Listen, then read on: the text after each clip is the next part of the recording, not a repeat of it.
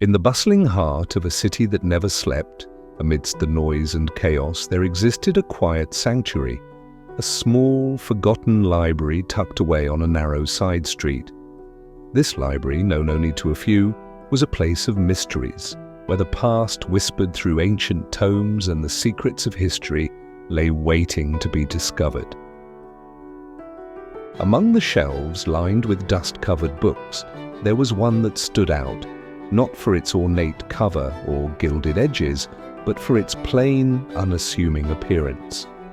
The book was simply bound in worn leather, with no title or author to announce its contents. Yet it was this very simplicity that caught the eye of Emilia, a young historian with a passion for uncovering the untold stories of the past. Emilia was no stranger to the library.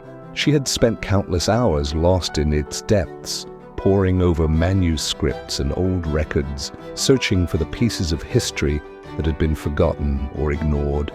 But today was different.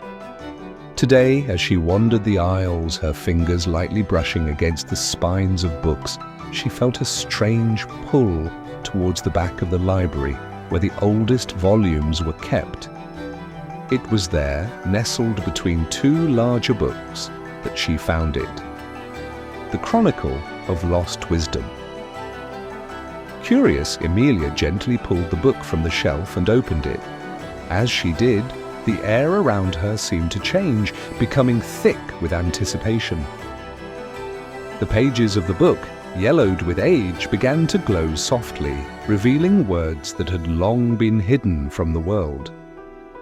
Intrigued, Emilia began to read, and as she did, she felt herself being drawn into the stories of the past, into the lives of some of history's greatest figures.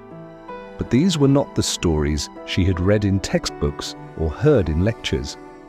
These were stories that revealed the surprising and often overlooked lessons that these figures had learned. Lessons that would challenge everything Emilia thought she knew about history. The first chapter took Emilia to ancient Rome, to the palace of Marcus Aurelius, the philosopher-emperor. Marcus Aurelius was known for his Stoic philosophy, for his wisdom and strength as a ruler. But as Emilia read, she discovered a different side of the emperor, a side that valued humility above all else. Marcus Aurelius, despite being the most powerful man in the world, often wrote about his own flaws, about the importance of staying grounded and humble. He understood that true strength did not come from power or status, but from the ability to recognize one's own limitations. As Emilia read his words, she realized that humility was not a weakness, but a strength that allowed Marcus Aurelius to rule with wisdom and compassion. This lesson resonated deeply with Emilia, who had always felt the pressure to prove herself in her career. She began to see that humility was not about diminishing oneself, but about being honest and self-aware, about knowing when to ask for help and when to admit mistakes. The next chapter transported Emilia to the court of Queen Elizabeth Fontanes of England. Elizabeth was celebrated for her political acumen and the stability she brought to her kingdom, but the book revealed a surprising lesson from her reign: the value of patience and strategic inaction. Elizabeth, faced with the constant threat of invasion from Spain, chose not to engage in direct conflict, but to wait for the right moment to act. Her patience and ability to bide her time allowed her to strengthen her position, to build alliances, and ultimately to defeat the Spanish Armada. Emilia was struck by this lesson, realizing that sometimes the best action is no action at all, that patience and timing are crucial elements of success. In her own life, Emilia had often rushed into decisions, eager to prove herself and to achieve her goals quickly. But as she reflected on Elizabeth's story, she saw the wisdom in waiting, in allowing things to unfold naturally, and in seizing the right moment when it came. The third chapter brought Emilia to the vast steppes of Mongolia, to the court of Genghis Khan. Genghis Khan was known as a fearsome conqueror, a man who built one of the largest empires in history. But the book revealed a different aspect of his success, the importance of loyalty and trust. Genghis Khan's conquests were not just the result of military might, but of the deep bonds of loyalty he fostered among his followers. He inspired trust and loyalty through his fairness, his ability to reward loyalty and to punish betrayal.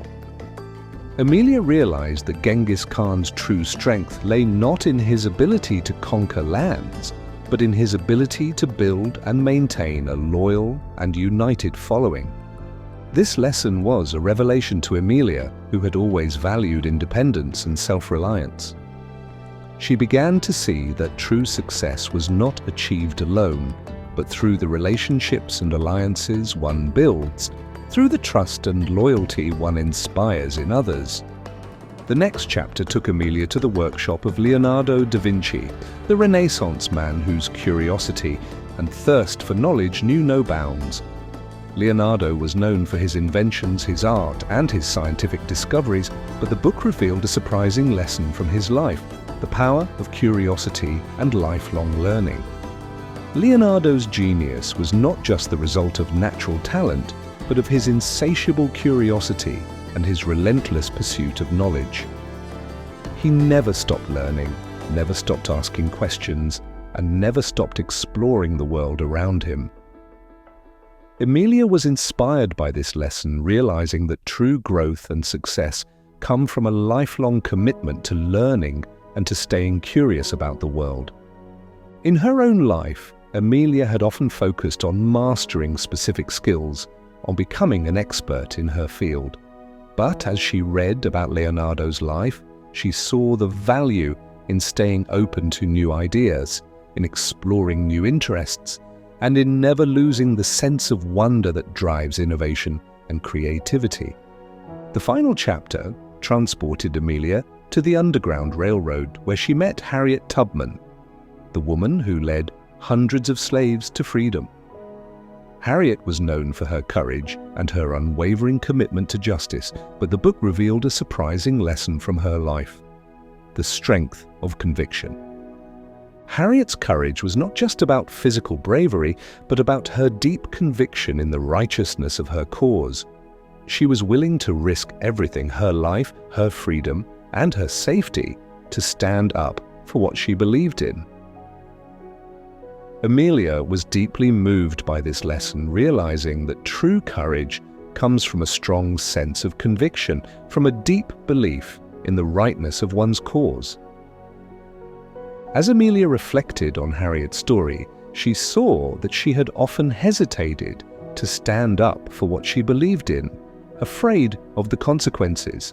But now, inspired by Harriet's example, she felt a newfound strength and resolve to fight for the causes she believed in, no matter the risks. As Emilia continued to read, she began to see how these lessons applied to her own life. She reflected on her frustrations with her career and the challenges she had faced, realizing that she had been too focused on the surface-level achievements of these historical figures rather than the deeper lessons their lives could teach.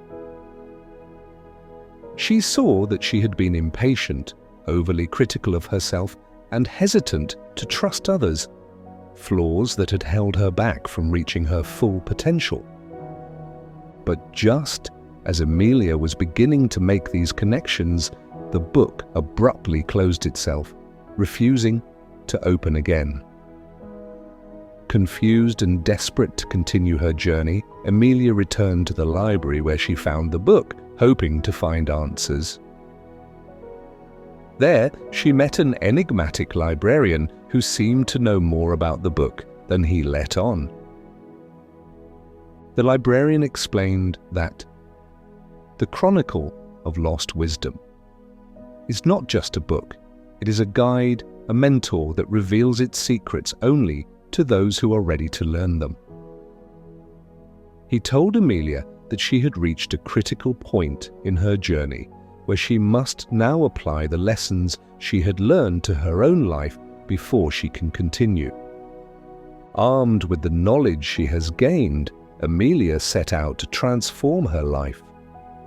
She began by embracing the lesson of humility from Marcus Aurelius, recognizing her own limitations and seeking help from others when needed.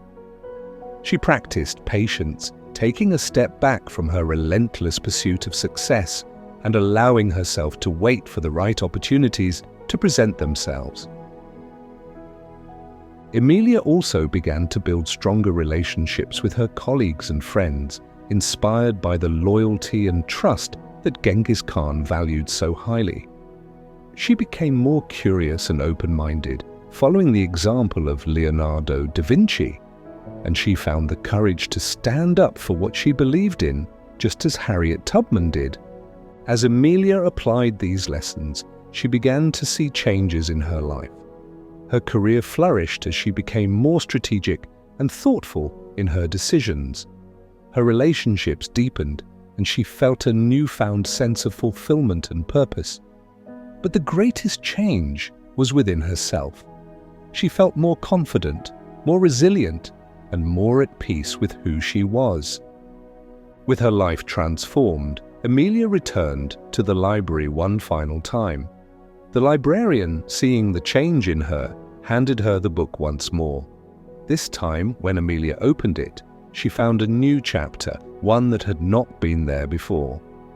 The chapter was about her own life, and it revealed a surprising truth. The lessons she had learned were not just from the past, they were meant to guide her into the future.